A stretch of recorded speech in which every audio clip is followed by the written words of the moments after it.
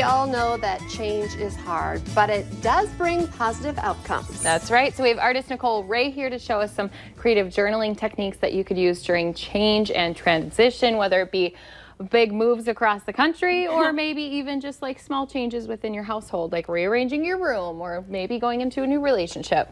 Yes, I'm so excited to be back on the show and to be celebrating your journey. I have my own creative healing arts practice under Art of Daily Practice, and it's a collection of art journaling and affirmation practices to help one inspire their creative spirit and connect them with their present self. So the last year I've been coming on now, I think this is the 12th time, sharing my foundational journaling practices with you guys and the community on how to bring inspiration, guidance, healing into your life. I lead a variety of different workshops. I work with people one-on-one, all to kind of help you bring in those good things and release some of those heavy things. And so when you asked me to be on the show, which was kind of unplanned for this month, I let you tell me what you wanted me to come on the show and share with you.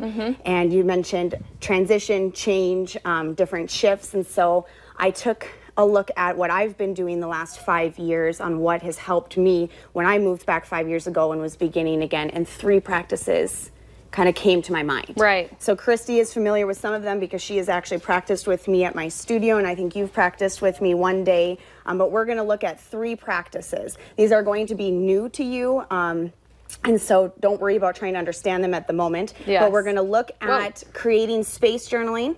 We're going to look at guidance journaling, and then we're going to look at I am affirmations. Okay, so 3 things that you can do right at the moment to help you move through wherever you're at. Okay, so we're going to go in a specific order because first we need to create space. So you have probably felt all kinds of feelings. There's lots of emotions happening. So right in the chest area. Yes, it's normal to feel anxious. It's normal to feel overwhelmed. It's normal to feel almost sometimes a little bit numb or kind of paralyzed if you have a really big transition going on. You may feel sad, and then you may feel even excited and just an array of emotions. So we can use the affirmation prompt, I forgive and release. So right away people are like, ooh, forgive, what's she talking about? Like, well, that sounds really heavy. It's important that you see that word as 2 separate words, F-O-R-G-I-V-E, to give love, to give light, to give positivity away into what it is that you're feeling.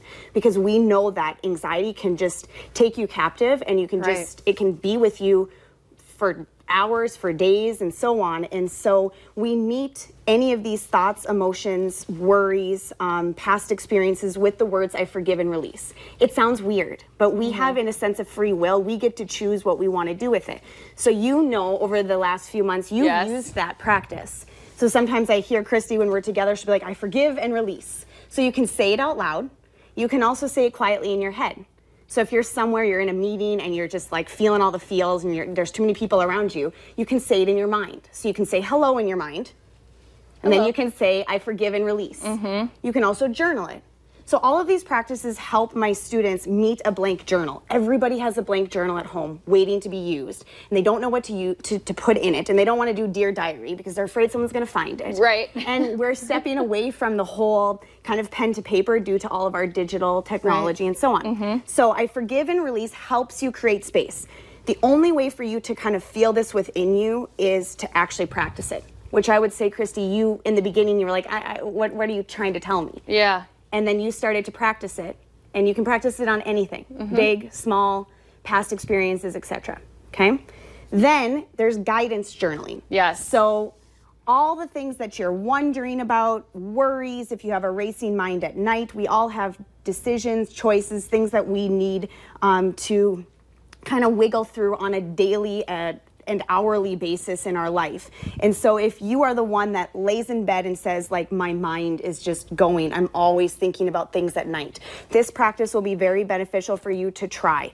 First and foremost, you need a journal and a pen on your nightstand. You're not going to get up after you get all snuggled into bed to go get a journal, because that's the last down in the kitchen. Nope. That's the last thing you want to do. But believe it or not, I have gotten better at it, but I have one on my nightstand. And then you take all those things that are going around in your mind and you use the prompt, I ask and need guidance on.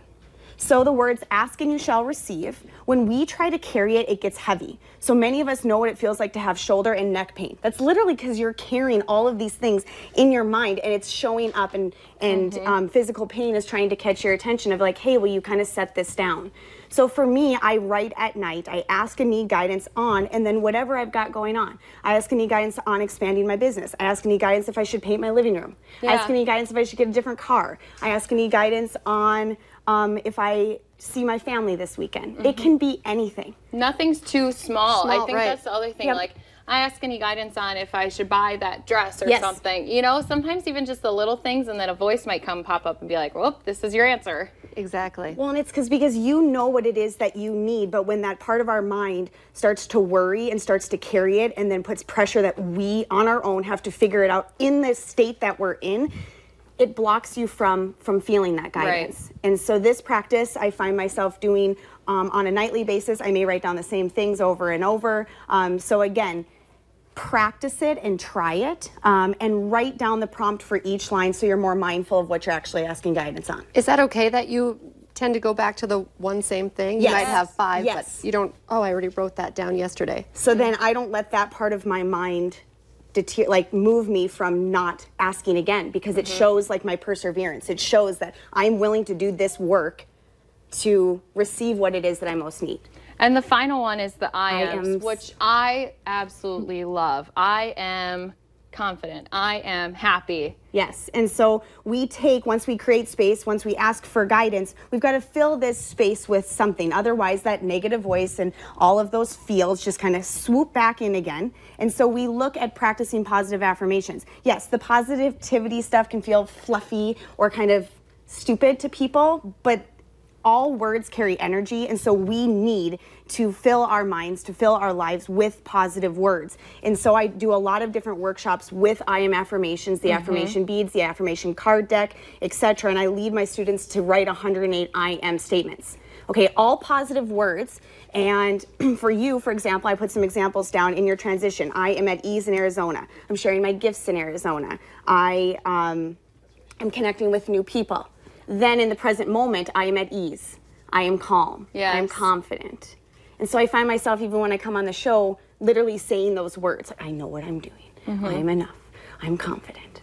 I am believing in me is one of my favorites. Yes. Yeah, there's just different ones, and I love too that you always give a list, because sometimes it can get hard to get started, like, oh, what do I write? I am what? But then once you get started, it kind of just flows out of you, like, oh, here's all these different wonderful things that I am. And so in all of my workshops and all my sessions, I'm here to begin with you.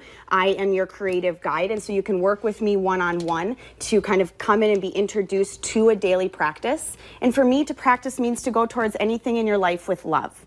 It's this love that carries space, and within the space is the healing, the guidance, the inspiration, all your good things. They're always with you. It's just the mind can sometimes block us from feeling all those things. I love that you help us get started. Yes. Because we have the empty journals at home. Right. We don't know where to start. The first time I met you and you gave me this, I was like, what do I have write? to do And you this don't, now? and you go, I don't want to write something wrong, but there is no wrong when you're wrong. writing Correct. in your journal. starting is the hardest part sometimes. Yes. And how can people reach out to you if they do want to get started with you and get your guidance? artofdailypractice.com, artist Nicole Ray at Gmail, and then Facebook under Nicole Ray, Instagram under artist Nicole Ray.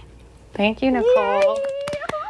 Such a wonderful thing. And again, it can be for any change that you have in your life, any transitions. It could be for your kids, it could be for yourself, but just journaling can help kind of release it all on paper. Yeah. Thank you so much Thank today you for coming in. All right, we're going to be meeting the new Miss North Dakota when we come back after a quick break.